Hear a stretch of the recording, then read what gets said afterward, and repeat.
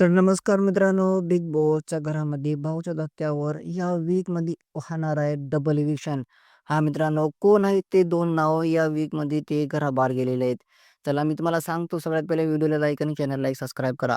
तर बघा या वीकमध्ये घराबाहेर जाण्यासाठी 6 कंटेस्टंट नॉमिनेशनमध्ये आले आणि या नॉमिनेशनमधून जे बॉटमचे 2 कंटेस्टंट होते ना, ते उरलेले होते फक्त आयुष आणि करण आणि या दोघांचं पण मित्रांनो इथं डबल एलिमिनेशन झालेलं आहे.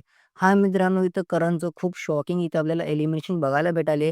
कारण की करणला वोटिंग खूप खतरनाक होती आणि बरी होती, की ते सेफ होईल. मात्र मित्रांनो बिग बॉसच्या मेकर्सनं पूर्ण गेम चेंज करून टाकला आणि करणला घराबाहेर एलिमिनेशनमधून टाकून टाकले. आता हे करणच्या योगदानमुळे जसं की ते जादा ॲक्टिव्ह होते नाही, यासाठी मित्रांनो त्यांना एलिमिनेट केले असं वाटाले.